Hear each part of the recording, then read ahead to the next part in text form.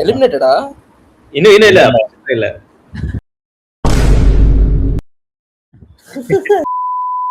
வணக்கம் ஹோமிஸ்.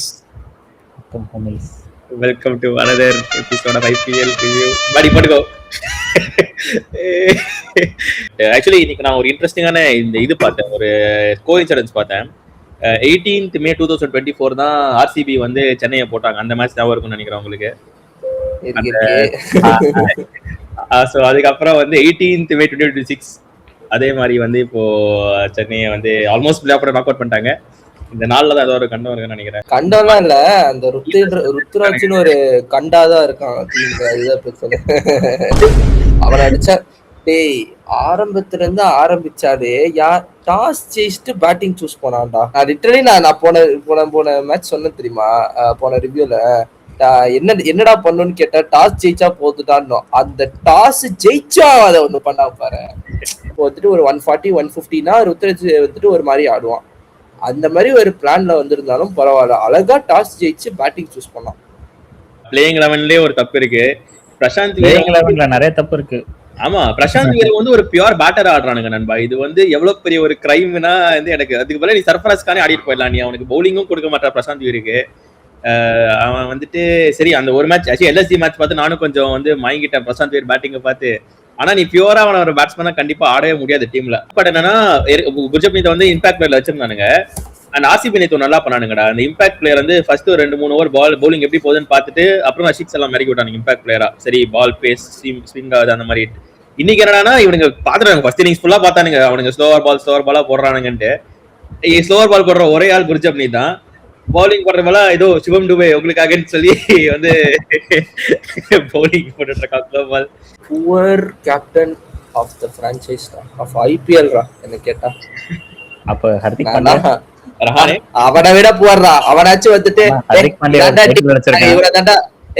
இவ்வளவு தாண்டா இந்த ஐபிஎல் சீசனே அடிப்போம் அப்படின்னு அவன் சொல்லிட்டான். அவன் மேல ஒரு நம்பிக்கையே இல்லை. அதுக்கு மேல இவன் ஒரு நம்பிக்கையை கொடுத்து டாஸ் அந்த எனக்கு தோத்தது கூட வருத்தலடா. டாஸ் ஜெயிச்சு பேட்டிங் சூஸ் பண்ண தாண்டா என்னால இன்னும் ஜீர்ணிச்சுக்கவே முடியல. பவுண்டரி கூட அடிக்கல. 15 சிங்கிள்ஸ் ஒரு பவுண்டரி கூட அடிக்கல. 21 பால் என்னன்னு நினைக்கிறேன். 21 பால்ஸ் ஓபனரு 15 ரன்ஸ் 0 பவுண்டரிஸ். எல்லா பாலுமே சஞ்சுவுக்கு ஸ்ட்ரைக் கொடுத்து அவன் அடிக்கணும்னா அவன் என்ன அடிப்பான்னு எனக்கு புரியல. எனக்கு தெரியும் விட்டுட்டா அதுக்கப்புறம் திருப்பி உருவில் பண்றவரா அவனுக்கு அதான் பண்றான். அதுக்கடுத்து இன்னொருத்தவர அவனுக்கு அதேதான் பண்றான். நீ எப்பதான் அடிப்ப? சஞ்சு சாம்சங் வந்தா நான் ஒரு வழக்கம் போல அவன் அடிச்சா அவுட் ஆயிட்டு போயிட்டான்.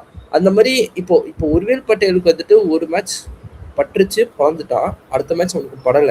இந்த மேட்ச் அவனுக்கு பெருசா 2 6 தான் அடிச்சான்னு நினைக்கிறேன். 2 6 அடிச்சா நல்லா ஸ்டார்ட் பண்ணா. பட் அவனும் படுதான். நான் ஒரு விக்கெட்டா அவுட் ஆகும் போது ஐயோ இவன் போனா பரவாயில்லையே 10வது ஒரு வரைக்கும் நின்னுட்டு கடைசியா அவுட் ஆனா பாரு. சத்தியமா 4 ஓவர் சாப்பிட்டான். மொத்தமா ஒரு மேட்ச் லூசிங் இன்னிங்ஸ்னா நான் இதுதான் சொல்லுவேன். லைக் ரஹானே கூட இல்ல பவர் பிளேல ஏதோ சுத்தி அவுட் ஆயிடுவான். 10 பால் ஆடுவான் ஆனா அவுட் ஆயிடுவான். ஆனா ருத்ராஜ் வந்துட்டு இப்படி ஒரு ரஹானே பவுண்டரி தான் அடிப்பான்டா. அவன் ஒரு 6 அடிப்பான் ரஹானே. இந்த வந்து சிங்கிள் லைக் எப்படி சொல்றது ஒரு இன்டென்ட் கூட இல்லடா. அவன் பவுண்டரி அடிச்சு லைக் ட்ரை பண்ணிலாம் அடிக்காம வரல. அவன் இன்டென்ட்டே அப்புறம் எதுக்கு பேட்டிங் சூஸ் பண்ணா எனக்கு அதுவும் புரியல. நீ இன்டென்ட்டோடயே ஆடுறதுக்கு வரல, பேட்டிங்கும் சூஸ் பண்ணுவ, போடுற நல்லா எல்லா பிளேயர்ஸும் வெளியே உட்காரப்ப எனக்கு என்ன மைண்ட் செட்ல இருக்கானா டீமே அவனை நம்பிதான் இருக்கு. அவன் அவுட் ஆயிட்டு அடிக்க பின்னாடி யாருமே இல்லைன்னு சொல்லி லைக் கேஎல் ராகுல் இப்படிதான் ஆடுவான் சில சீசன்லாம். அப்படியே அவன் விக்கெட்டை காப்பாத்தி இப்படியே பொத்தி ஆடுவாரு. அவன் அட்லீஸ்ட் கொண்டு போயிருவான் கடைசி வரைக்கும். ஆனா கடைசியில் அவனும் போய் அவுட் ஆயிடுவான். மேட்ச் ஜெயிக்க மாட்டானுங்க. ருத்ராஜ் வந்துட்டு அட்லீஸ்ட் கேஎல் ராகுல் 50 போடுவான். ருத்ராஜ் வந்துட்டு போட மாட்டான். 15 போடுவாரு. இந்த சீசன் ஃபுல்லா அவனை பேட்ச் பண்ணியாச்சுடா. அவன் இன்னமும் பார லோவரா செட் பண்ண. நான் ஒரு பார் லோ செட் பண்ணனா அதை விட லோவா போவேன் நானு. சீசன் ஃபுல்லா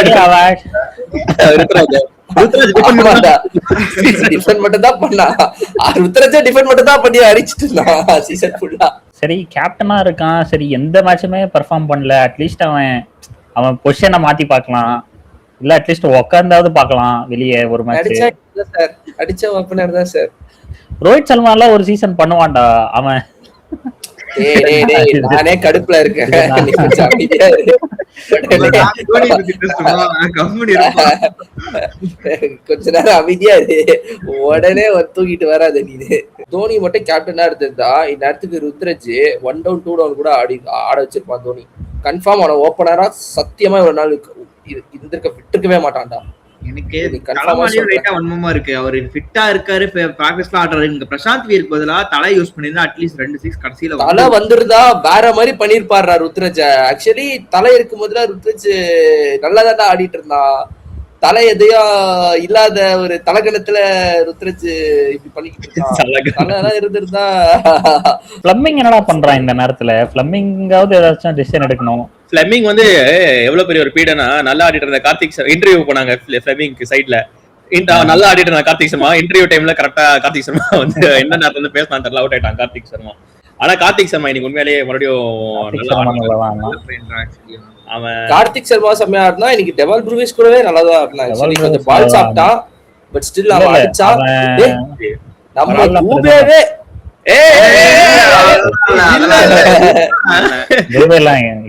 நம்ம போன மேட்ச் டூபே நல்லா ஆடுன்னு சொல்றதுக்கு நிறைய பேர் கமெண்ட்ல ஆர்கியூ பண்ணிட்டு இருக்காங்க. நீ இந்த மேட்ச் எல்லாம் சொன்னா ஓகே, மேட்ச் ஆடி இருந்தான்னா 200 வந்திருக்கும். 200 வந்திருக்கும். அதுவும் பண்ணல. ஆனா பால் நல்லா சாப்பிடுறானுங்கடா, அது மட்டும் தெரியுதுடா. கமிங் சூப்பரா போட்டான். ஓட்ரா அவன் தான் கிளட்ச் பிளேயர்ங்கறத நிரூபிச்சிட்டு இருக்கு. எப்பலாம் ஓவர் சொன்னல கமின்ஸ் வந்தாலே ஏதாவது பண்ணிடுவானுங்கடா இவனுங்க அப்படின்ட்டு. கமின்ஸ் மட்டும் வந்து ஒரு கப் அடிச்சு விட்டா சந்தோஷமா இருக்கும். ஆர்சிபியை சைலண்ட் பண்ணானுங்கன்னா நல்லா இருக்கும். ஆனா அது பண்ண மாட்டானுங்க. ஆனா உண்மையிலே கமின்ஸ் இன்னைக்கு ஆக்சுவலி கொஞ்சம் லூஸ் குதி டிசிஷன் எடுத்தான். எப்படின்னா நிதிஷ்குமார் ரெட்டி ஃபர்ஸ்ட் ஓவர் கொடுக்கறது, தேவையில்லாம 2 ரிவ்யூ வேஸ்ட் பண்ணலாம்.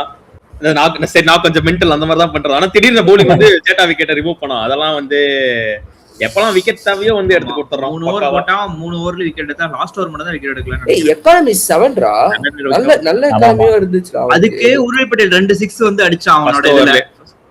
சரி, கார்த்திக் பட்டேல் கொஞ்சம் பொறுமையா ஆடி இருக்கான். லைக் எல்லா பாலும் சுத்துறான்டா, எல்லா பாலையும் டேக் ஆன் பண்றான் அவன். லைக் அது பட்டா மரணம் இல்லனா வந்துட்டு இந்த மாதிரி ஆட மாட்டேங்கிறான். லைக் எந்த பிச்சா இருந்தாலும் நான் ஆடுறேங்கற மாதிரி ஆடுறான். எல்லா டைமும் அது வொர்க் அவுட் ஆகாது. இங்க இந்த மாதிரி நேரத்துல தான் நான் ஆயுஷ் மாத்ரே ரொம்ப மிஸ் பண்றேன். பிகாஸ் அவன் கரெக்டா ஆடுவான். லைக் அவன் வந்துட்டு அடிக்கிற பால அடிப்பான், எல்லா பாலையுமே அடிக்க மாட்டான், பெர்ஃபெக்ட்டா ஆடுவான். ஆக்சுவலி ஐடியலா இந்த பிட்ச்ல கரெக்ட்டா ஆடுற வந்து ருத்ராஜ் கைக்வாட் 2023 ருத்ராஜ் கைக்வாட் வந்து இந்த மாதிரி பிட்ச்ல நல்லா ஆடுவான். அதான் லிட்டரலா எப்படின்னா மத்தவனுங்க எல்லாரும் ஆடிட்டு இருக்கானுங்க சென்னைக்காக.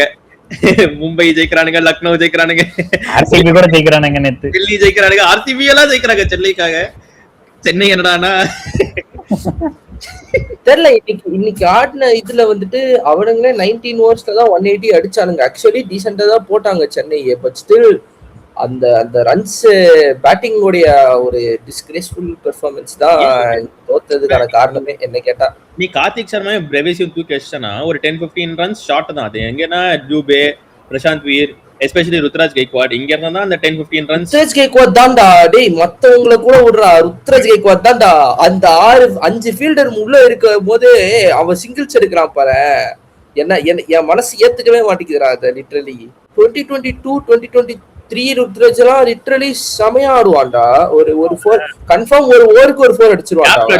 அந்த கேப் அடிப்பான், கேப்ஸ் ஃபைண்ட் அவுட் பண்ணுவான், ரிஸ்கி ஷாட்ஸ் ஆட மாட்டான், நிறைய பண்ணுவான்டா அவன். இவன் அவனுக்கு கேப்டன்சி பிரஷரா என்னன்னு எக்ஸாக்ட்டா தெரியல. கம்மனே சாம்சனுக்கு கேப்டன்சி கொடுக்கணும், பெம்மிங்க சாக் பண்ணனும். இதெல்லாம் பண்ணா கேப்டன்சி பிரஷரா இருந்தாலும் பிரஷர்னா இல்ல, இது லைட்டா வந்து ஆக்சுவலி டாஸ்ல பார்த்தனா கமின்ஸ் ஷாக் ஆடலாம். பின்னாடி நின்னு என்னது பேட்டிங் அப்படினு கேட்டுட்டு இருந்தான். ரெண்டு பேரும் மேபி சரி ஃபர்ஸ்ட் பேட்டிங் எடுத்து ரன் ரேட் ஏத்தலாம் மேபி யோசிக்கலாம். நம்ம என்ன ஏற்கனவே ஒரு மேட்ச் சொல்லிருந்தோம் நினைக்கிறேன். எஸ்ஆர்எச் வந்து இந்த மாதிரி பிச்சு கொஞ்சம் ட்ரிக்கியா இருந்தா லூஸ் குதி மாதிரி ஆடுவானுங்கன்ட்டு. ஆனா சென்னையோட பவுலிங் அந்த ஒரு சான்ஸ் கூட பெருசா கிரியேட் பண்ணல இன்னைக்கு. அதான் ஒரு ஆக்சுவலா இன்னைக்கு சம்பந்தமே இல்லாத நேரத்துல டூபேக்லாம் ஓவர் கொடுத்தானுங்க. ஆக்சுவலா அகில் ஹுசைனுக்கு கொடுத்திருக்கலாம் அந்த டைம்ல. ஒரு பெரிய வன்மம் எனக்கு இருக்கு. அதுதான் ஏன்னா ஆக்சுவலி பவுலிங் ரொம்ப மோசமாலாம் போடல. ஏன்னா அந்த ஸ்கோருக்கு கிளாஸ்ன்னு ஒருத்தர். ஆனா கம்போஜ் வந்துட்டு ரொம்ப ரீட் பண்ணிட்டானுங்க ஃபுல்லா. கம்போஜ் 2 மேட்சுமே பாவமா பொழந்துட்டு இருக்கானுங்க. அவன் தான் பயங்கரமா போட்டுட்டு இருந்தான் டீம்ல இவனுக்கு அப்புறம். கம்போஸ் என்னடா மிஸ்ட்ரி பவுலர் மாதிரி ரீட் பண்ணிட்டாங்கன்னு சொல்றேன். அவனுக்கு எப்பவுமே அவன் நல்லா போட்டிருந்தான். சீசன் ஸ்டார்டிங் ஸ்டாட்ஸ்ல எடுத்து பாரு. அவன் தான்டா பர்பிள் கேப்ல எடுத்துட்டு இருந்தான். கம்போஸ் தான். ட்ரம் கார்டே போயிடுச்சு. ஓர்டன் எடுத்திருந்தா இந்த மேட்ச் ஜெயிச்சிருக்காருக்கு வாய்ப்புகள் இருக்கு என்ன கேட்டா. நினைக்கிறேன் அவன் இருந்தா கண்டிப்பா கன்ஃபார்ம் கண்ட்ரோல் செமையா பண்ணிருப்பான். விக்கெட்ஸ் தூக்கி இருப்பான். எதையா பண்ணிருப்பான் அவன். அந்த வேகமா போட்டிருப்பானே. வேகமா போட்டிருந்தா பிளந்திருப்பாங்க. எக்ஸாம்பிள் நான் சொல்றேன், இப்போ ஓவர்டன் திரும்பி டீம்ல வந்தானா மேபி இவனுங்க ஸ்பென்சர் ஜான்சனை தூக்கி இருக்கலாம். பட் பவர் பிளேல எவனாச்சும் போடணும். அட் சேம் டைம் மறுபடியும் அகில் ஹுசைனை தூக்கி விட்டுருக்கலாம் டீம்ல இருந்து. அப்படி கூட இருந்திருந்தா இன்னைக்கு அகில் போட்ட ஒரு 3 ஓவருமே வந்திருக்காது. இது ஆல்மோஸ்ட் எப்படி இருக்கும்னா, இந்த ரஜினி சொன்னால நான் 2001ல எலெக்ஷன் வந்திருந்தேன்னா நான் ஜெயிச்சிருப்பேன் அந்த மாதிரிதான் இருக்கு. தோனி வந்திருந்தா ஜெயிச்சிருப்பேன். ஓவர் லைக் அதெல்லாம் excuses at end of the day. But நீ இன்னைக்கு ஒரு மேட்ச் பார்த்தனா வின்னபிள் மேட்ச் தான் இருந்துச்சு. அப்படி இருக்கிறப்போ விட்டானுங்க. Like due to bad decisions தான் விட்டானுங்க. நீ பவர் பிளே கூட ஒழுங்கா ஆடல எஸ்ஆர்எச். ஆமா. அண்ட் அகில் ஹுசைனுக்கு இன்னைக்கு ரோஸ் விக்கெட் கிடைச்சது. அது விக்கெட் எடுக்க வேண்டிய பாலே இல்ல. அது எங்கேயோ போயிருக்கும். அபிஷேக் சர்மா ஒழுங்கா அடிச்சிருந்தானா அதுவும் ஒர்க் அவுட் ஆச்சு இவனுக்கு ஃபேவர்ல. அதுக்கப்புறம் இன்னொரு விக்கெட் கிளாஸ்னோட விக்கெட்லாம் சஞ்சூஸ் மேஜிக் தான். அதெல்லாம் சம ஸ்டம்பிங் அது வேற லெவல். நான் சரி வழக்கமான சேட்டா தான் ஸ்கேம் பண்றான் போல. ஏன்னா நிறைய 2-3 வாட்டி பண்ணிட்டா இருக்கணும் இந்த வருஷம் அந்த மாதிரி ஸ்கேம் பண்றாங்க. சேட்டா இன்னைக்கு மேட்ச் ரொம்ப ஆக்டிவா இருந்தா. எல்லா பவுலர்ட்டையும் போய் பேசிட்டு இது பண்றான். அதை பார்த்தோன்னே எனக்கு சரி ரித்து போதும் நீ பண்ணது.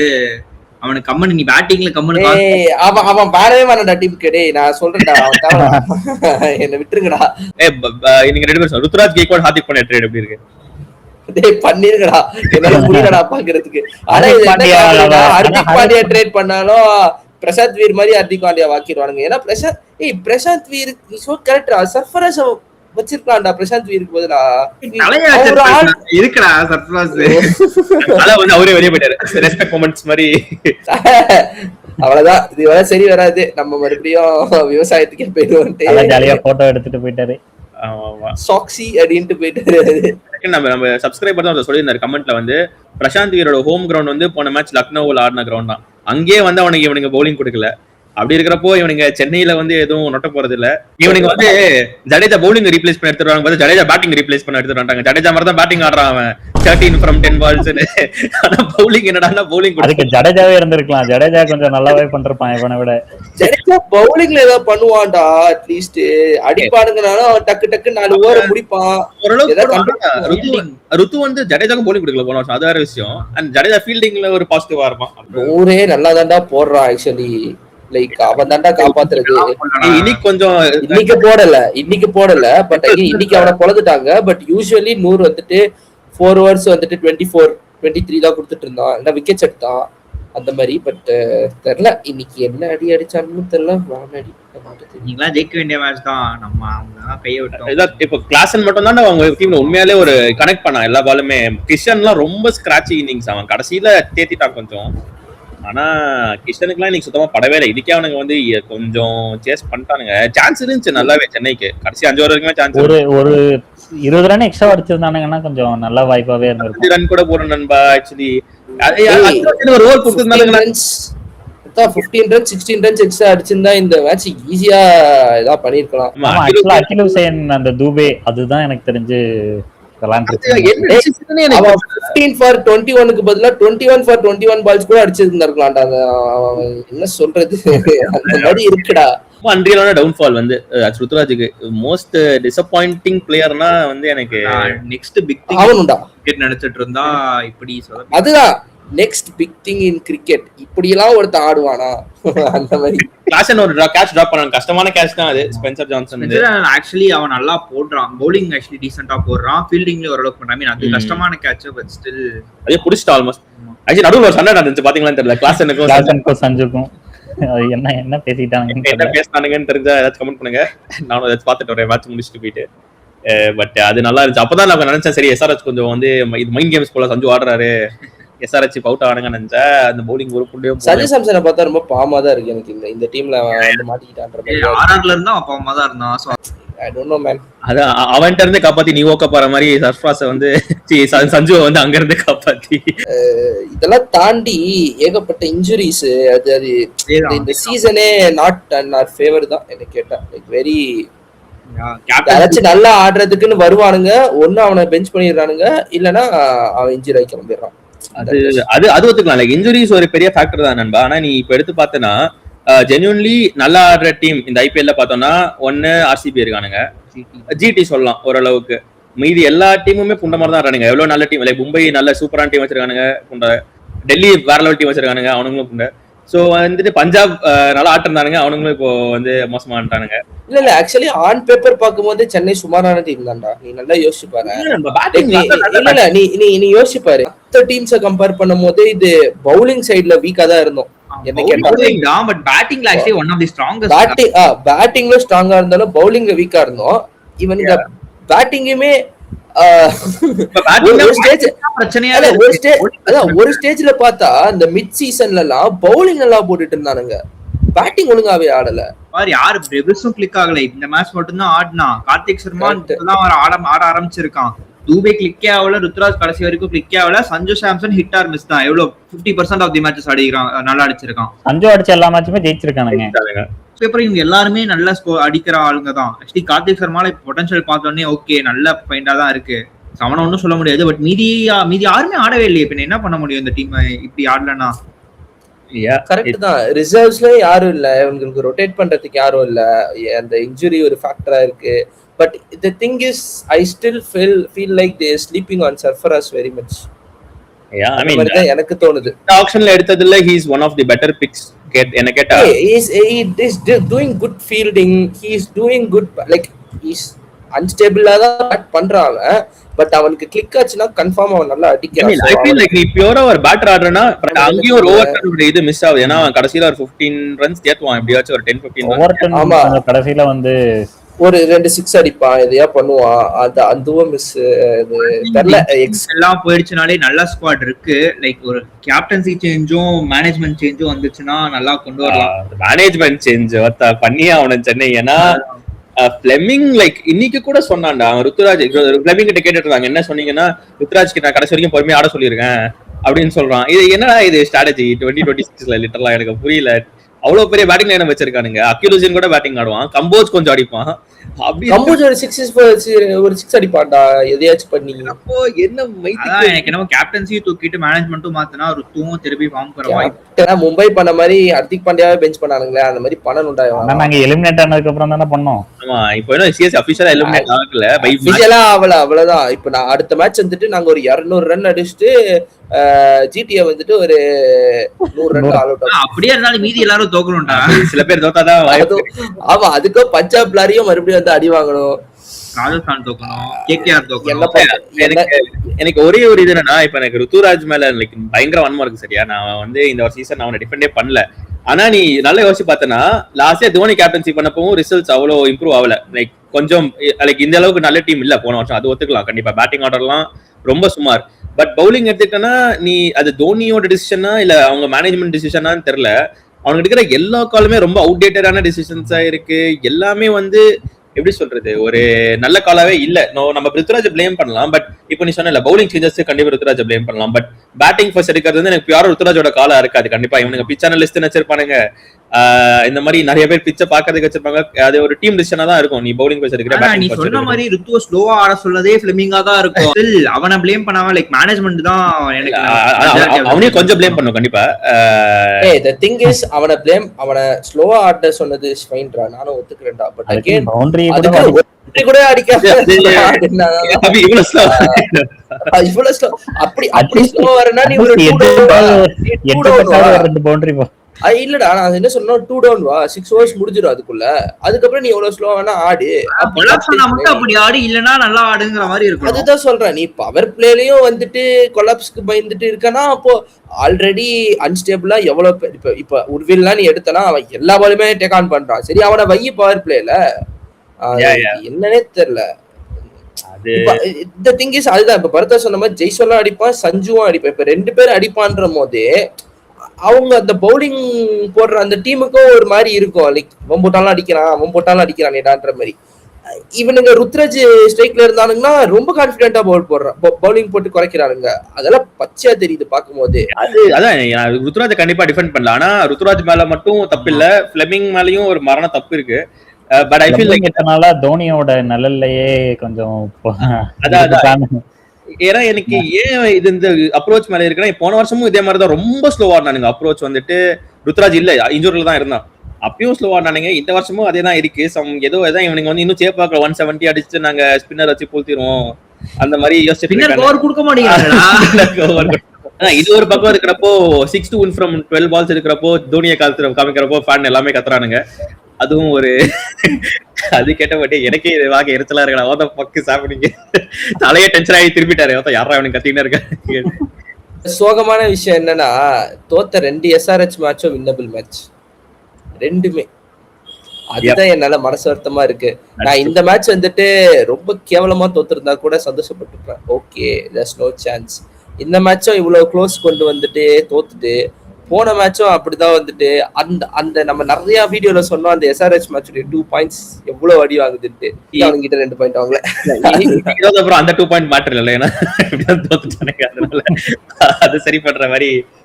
நான் நேத்தாச்சும் இன்ஸ்டாகிராம் நிறைய போஸ்ட் பார்த்தேன் மச்சான் இந்த மாதிரி ஆர்சிபி ஜெயிச்சுதான் நாங்க பிளே ஆஃப் போறோம்னா அது எங்களுக்கு பிளே ஆஃப்ஸ் வேணாமா அந்த மாதிரி சில போஸ்ட் தான் பார்த்தேன்.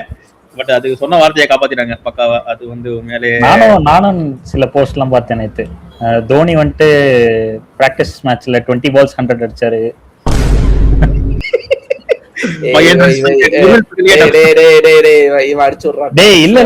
சீரியஸா நான் உனக்கு அனுப்பிச்சல இந்த போஸ்ட் நீ அனுப்பிச்சிருந்தாமா என்ன பேஜ் வந்துட்டு ஆல் இந்தியா மும்பை வேரியன்ஸ் என்னமோ ஒரு 5-10 சேவ்டு போஸ்ட் எடுத்துதான் இந்த வீடியோக்கே வந்திருக்கான்னு நினைக்கிறேன் பரதாஜ். இந்த போஸ்ட் மதியானமே சொன்னேன் எப்படின்னா CSK win their next 2 matches, go to playoff, win the final, 6th title, and அடுத்த வருஷம் ஃபைனல் வந்து சென்னையில தலோட last match win another title, 7th title, Thala for reason, Thala retire. என்ன பொறுத்த வரைக்கும் அந்த 2023 கப்ப சைன் போட்டு தலை வந்துட்டு அடியோஸ்டா பீச்சஸ் அப்படின்னு சொல்லியிருந்தாங்கன்னா இன்ன வரைக்கும் அவர் ஒரு ஸ்டாண்ட்ல வச்சு நாங்க பேசிட்டு சந்தோஷமா வாழ்ந்திருப்போம். 23 2 + 2 4 + 3 = 7 வந்துருச்சு. அங்கேயே 7 வந்துருச்சுடா. அப்ப அது ஒரு பெர்ஃபெக்ட்டான ஒரு இதுடா. தலைவுடைய ஒன் ஆஃப் த ஃபம்பிள்ஸ்டா ஒரு ஃபம்பிள். அந்த ஃபம்பிள் மட்டும் ஏன்னா அந்த மேட்ச் எல்லாம் அன்வின்னபிள் மேட்சை வின் பண்ணி ஏன்னா நீ அந்த மேட்ச்க்கு அப்புறம் எடுத்து பார்த்தா எல்லாரோட ஆராவும் மொத்தம் மரணம் அடி வாங்கியிருக்கு. ஜடேஜா ஆரா அடி வாங்கிருச்சு சென்னையில, தோனி ஆரா, டூபே ஆரா, ருத்ராஜ் ஆரா அந்த சீசன் 24 சீசன் கூட பாதி நல்லா ஆடினா. பட் வந்து ருத்ராஜ் ஆராவும் அடி வாங்கியிருக்கு. ஃபர்ஸ்ட் சென்னையுடைய மெடிக்கல் டீமை தான் ஃபயர் பண்ணணும் என்ன கேட்டா. இவ்வளவு இன்ஜுரிஸ்லாம் வரவே கூடாது. அதுதான் இது இவ்வளவு இன்ஜுரிஸ்லாம் அதுவும் நல்லா ஆடாதவன் எல்லாம் இன்ஜுரி ஆகாம இருக்கான், நல்லா ஆடுறவன் எல்லாம் இன்ஜுரி ஆயிட்டு போயிட்டு இருக்கான். அதுதான் பார்க்கும்போது SRH பவுலிங் வந்து ஒரு பாராட்டி அவன் 4 பேர் நீ பார்த்தனா இவனுங்களே பிரஃபுல் ஹிங்கும் நிதிஷ்குமார் ரெட்டி தர்மடி வாங்கினானுங்க. இன்னைக்கு அவனுங்களே 4-5 ஓவர்ல 70 ரன் கொடுத்துட்டானுங்க. அண்ட் இதுக்கே பிரஃபுல் கடைசி ஓவர்லாம் ரொம்ப மயிர் மாதிரி போட்டான். அதை பிரசாந்த் வீரர் அடிக்கவே முடியல. அண்ட் மீதி 3 பேர் ஆனா இவன் இஷான் மலிங்கா, கமின்ஸ் அண்ட் சாகிப் ஹுசேன். ஷாகிப் ஹுசேனும் மொரட்டு இஷான் மல்லிகாடா. நான் லிட்டரலி சொல்றேன் இஷான் மல்லிகா வந்துட்டு செமையா போடுறான், நல்லா கண்ட்ரோல் பண்றான்டா. அவன் செம்ம கண்ட்ரோல் பண்றான்டா. அவனாலேயே இருக்கு சரியான பாயிண்டா இருக்கான் ஷாகிப் ஹுசேன், இஷான் மல்லிங்கா, கமின்ஸ் ஐயோ நல்லா பண்றானுங்க அவனுங்க. சிவாங் குமார் கூட நீங்க நல்லா பண்ணா 3 ஓவர் சூப்பரா பண்ணாமா. நிதிஷ்குமார் ரெட்டி எல்லாம் வந்துட்டு எல்லாரும் பாத்துட்டாங்க நீங்க ஸ்லோ பால் தான் போடணும்ட்டு. அவர் வேற இப்போ ரீசெண்டா போய் 10 km/h எக்ஸ்ட்ரா வந்து ஏதோ ட்ரைனிங் எடுத்து இருந்திருக்காராம் இம்ப்ரூவ் பண்ற மாதிரி. அதை நான் இன்னைக்கு காமிச்சே தீர்வேன்னு சொல்லி அந்த மாதிரி போலி போட்டுட்டு இருந்தான். தர்மடி வாங்கினா இன்னைக்கு. நான் நினைச்சேன் இந்த மாதிரி வேர்ல்ட் கப் மாதிரி இருக்கணும். ஏன்னா வேர்ல்ட் கப்லயும் சேட்டா பெருசா ஃபார்ம்ல இல்ல. ஆனா கடைசியில ஒரு 5 மேட்ச் ஜெயிச்சு தான் வேர்ல்ட் கப் படிக்கணும்னு இருக்கிறப்போ 5 மேட்சுமே அடிச்சு வேர்ல்ட் கப் படிச்சு கொடுப்பான். அந்த மாதிரி ஒரு வைப்ல இன்னைக்கு ஆல்ரெடி 4 மேட்ச் அடிச்சு கொடுத்துட்டான்டா. அடிக்கணும்டா. அது கரெக்ட் தான். பேட்டிங் வந்தானா ப்ரோ ஹென்ரி கிளாசன் வேற லெவல் நாக்கு இன்னைக்கு காப்பாத்திட்டே இருக்கான்டா. அவனுங்களே லிட்டரலி நம்பர் 4ல இருந்துட்டு ஆரஞ்சு கேப்ல இருக்கான்டா அவன். ஆமாமா அதெல்லாம் என்ன இதுனே தெரியல. இன்னைக்கே நான் இந்த சீசன் அவன் வாஸ்ட் நினைச்சிட்டு இருந்தேன். ஃபர்ஸ்ட் எல்லாம் ரொம்ப ஆக்சுவலி SRHமே யோசிச்சு பார்த்தா எப்படி கிளாசன் பேட்டிங்க்கு காப்பாத்திரணும். கமின்ஸ் வந்ததுக்கு அப்புறம் கமின் அழகா பவுலிங்க்கு வந்துட்டான். அதுக்கு முன்னாடியே இஷான் மல்லிங்கா, ஷாகிப் ஹுசேன் நல்லா பண்ணிட்டு இருந்தானுங்க. அதை தாட்டி கமின்ஸ் ஒரு எக்ஸ்ட்ரா. அந்த சைடு பார்த்தானா அபிஷேக் சர்மாவும் ஹெட்டும் இன்னைக்கு ஒரு காட்டுன்னு முடிவு போட்டாங்கன்னா முடிச்சு. அப்படி இல்லைனாலும் இஷான் ஹெட் எங்களோட மட்டும் அந்த அவன் அடிச்சு ஜெயிச்சிட்டு கொடுத்துட்டான்டா. அது 240 சேஸ் பண்ணானுங்கடா எங்களோட. இன்னைக்கு சர்மாக்கும் படல, கிஷனும் 2 பேர் ஆடுறாங்க டாப் 5ல. 2 பேர் டாப் 5ல 2 பேர் ஆடுறாங்க. அந்த டாப் 5ல வந்துட்டு கன்ஃபார்ம் ஒரு 2 பேரு நல்லாவே ஆடுறானுங்க. அதுதான் ஒரு பிளஸ் பாயிண்டா இருக்கு அவங்களுக்கு. நம்ம டாப் 5ல வந்துட்டு 2 பேர் டீசெண்டா ஆடிடுறானுங்க. அந்த அந்த அந்த நல்லா ஆடுற ஸ்டேஜ் வந்துட்டு யாரும் வர மாட்டேங்கிறானுங்க. இன்னைக்கு இஷான் கிஷனே பார்த்தா அவனுக்கு படலனாலும் 70 for 47 balls நின்னுட்டு அடிச்சான். அதான் ருத்ராஜ் பண்ணிருக்கணும் என்ன கேட்டா. பட் அதையும் பண்ணலாம். வந்துட்டு 100 கீழே. இந்த மாதிரி சிச்சுவேஷன்ல வந்துட்டு நான் ரியலாவே ஒருத்தரை பாராட்டுவேன்னா கோலியை தான் பாராட்டுவேன். அவரும் வந்துட்டு அதான் சொல்றேன், நான் கோலியை வந்துட்டு டவுன் கிரேட் பண்ண சப்ஸ்கிரைபர்ஸ் போட்டு என்ன பொழந்துடாதீங்க.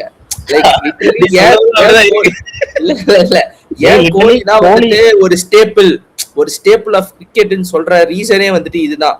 கோலினா இவ்வளவு இந்த 21 பால்ஸ்ல நின்று இருந்தாருன்னா கன்ஃபார்ம் ஒரு 23 கன்ஃபார்ம் இல்லடா கன்ஃபார்ம் 200 பிளஸ் ஸ்கோர் பண்ணிடுவான். டேய் இவன் எடிட் பண்ணி மாத்திடுவான் சப்ஸ்கிரைபர்ஸ். பட் நான் சொல்றேன் ஏன் வந்துட்டு கோலியை ஸ்டில் கோலின்னு வைக்கிறாங்கன்ற ரீசனே வந்துட்டு அந்த ஒரு நேத்து வீடியோ பண்ண முடியல. First of all RCB fans யாரும் கோச்சுக்காதீங்க. கங்க்ராச்சுலேஷன்ஸ், பிளே ஆஃப் போயிட்டீங்க. ஐ திங்க் அவங்க ஹிஸ்டரியிலே first team to qualify for play offs வந்திருக்காங்கன்னு நினைக்கிறேன். அதுல இந்த ஒரு மீம் பேஜ் டிஎன் டாகி அதுல வந்துட்டு ஃபர்ஸ்ட் வந்துட்டு இல்ல அது ஒரு பஞ்சாப் மாதிரி ஒரு டாகி இருக்கும். அந்த டர்பன் கட்டிட்டு எவனோ என்னுடைய லாரி டயரை ஓத்துட்டு போயிட்டா சாப் அப்படின்னு போட்டிருப்பான். செகண்ட் போஸ்ட் பார்த்தா எவனோ லாரியவே ஓத்துட்டு பார்த்தப்பா லாரி இருக்காது பின்னாடி. தேர்ட் போஸ்ட் பார்த்தா எதுவுமே இருக்காது, எவனோ என்னையும் ஓத்துட்டு போயிட்டா. அந்த மாதிரி பஞ்சாப் 6 மேட்ச் கண்டினியூஸா லூஸ். ஆமா, பஞ்சாபும் எனக்கு தெரிஞ்சு டவுட் தான். இப்ப எல்லாருமே குவாலிஃபை ஆகிற மாதிரியே தெரியல. 4வது டீம் போக மாட்டாங்க. 3 டீம் வச்சு ஆடிடுவாங்கன்னு நினைக்கிறேன். எனக்கு செமிஃபைனல்ஸ்ல எனக்கு தெரிஞ்சு பஞ்சாப் போயிடும். ஆர்ஆர் மறுபடியும் ஃபம்பிள் பண்ணிடுவானுங்க. கேகேஆருக்கு சான்ஸ் இருக்கு. ஒருவேளை செக்மெண்ட் பாஸ் இதுக்கு மேல கொட்டுறதுக்கு எதுவும் இல்ல. எனக்கு செக்மெண்ட் இன்னைக்கு இப்ப பாராட்டே வேணாண்டா, வன்மா மட்டும் தான் கொட்டணும். சென்னை மேல நீங்க யார் மேல வேணா கொட்டலாம். யார சொல்லுவேன்னா சஞ்சு சாம்சன் தான் சொல்லுவேன். அப்படின்னு நினைச்சீங்களா? அதுதான் இல்ல, ருத்ராஜ் கெய்க்வாட் தான் சொல்லுவேன் நானு. ஏன்னா Ruturaj Gaikwad I don't know, please bench him for one match for his as a punishment for his deeds. அப்படிதான் நான் சொல்லுவேன். கேப்டன்சியோ எனக்கு தெரிஞ்ச அடுத்த சீசன் கொடுத்தீங்கன்னா அவ்வளவுதான். நான் அந்த சீசன் ஸ்டார்டிங்கே டிக்ளேர் பண்ணிட்டு போயிடலான் இருக்கேன். One thing. செகண்ட் திங் வந்துட்டு கொட்டணும்னா மேனேஜ்மெண்ட் மேலதான் கொட்டுவேன். அவ்வளவு இன்ஜுரிஸ் எல்லாம் வச்சுக்கிட்டு ஒரு பிளேயர் ரிசர்வ்ல யாருமே இல்லாம இவ்வளவு ரொட்டேஷன்லாம் அந்த டீன் ஃபாரஸ்டர் வேற எடுத்திருக்காங்கன்னு நினைக்கிறேன்.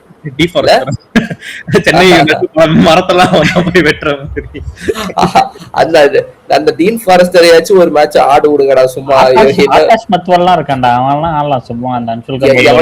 இறக்கி விடுங்கடா இதுக்கு மேல. ரோஹித் சர்மா செமிஃபைனல் போனா நினைக்கிறேன்.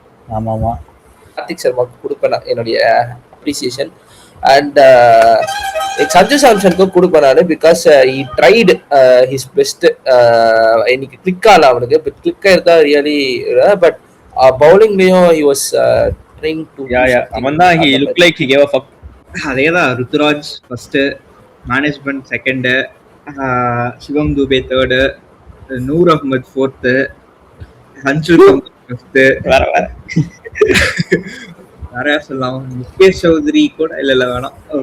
இல்லடா அவனை சொல்றாடே, நான் முகேஷ் சௌத்ரி மறந்துட்டேன். அவனே நான் சொல்லுவேன். வந்து அவனும் தான் சொதப்பிட்டான். ஜெயிக்க வேண்டிய மேட்ச கோட்டை விட்டுட்டு போயிருக்கானுங்க. மேனேஜ்மெண்ட்டை மாத்தணும்டா ப்ளீஸ்டா. எப்படியாச்சும் அவனுங்களை மாத்தினாதான் ஒரு புதுசா ஏதாச்சும் நடக்கும். பார்ப்போம். லைக் புதுசா யாராச்சும் லைக் ஐடியாலஜி வந்து டிஃப்ரெண்டா இருக்கும் யாராச்சும் கொண்டு வந்தாங்கன்னா பெட்டரா இருக்கும். இருந்தால அவரு தலைமையிலே எனக்கு வன்மம் வந்து ஆடாம சும்மா முட்டி வழியும் உட்காந்துட்டு இருக்கிறது. எதுக்கு வரணும்? அதுக்கு லிட்டர் ஆயிட்டு போலாம். அதுதான் லைக் லிட்டரலி ஆடணும். இல்லனா வந்து நான் கிளம்புறேன்னு போனோம் வந்து எட்ஜ் பண்ணிட்டே இருக்கிறது தான் எனக்கும் கடுப்பா இருக்கு. அது என்னமோ தப்புதான். ஆனாலும் இன்னைக்கு அவனுக்கு ஒரு குஷியோ இல்லையோ ஒருத்தனுக்கு இன்னைக்கு செமையா பைசா இருக்குன்னு மட்டும் தெரிஞ்சு போச்சு எனக்கு.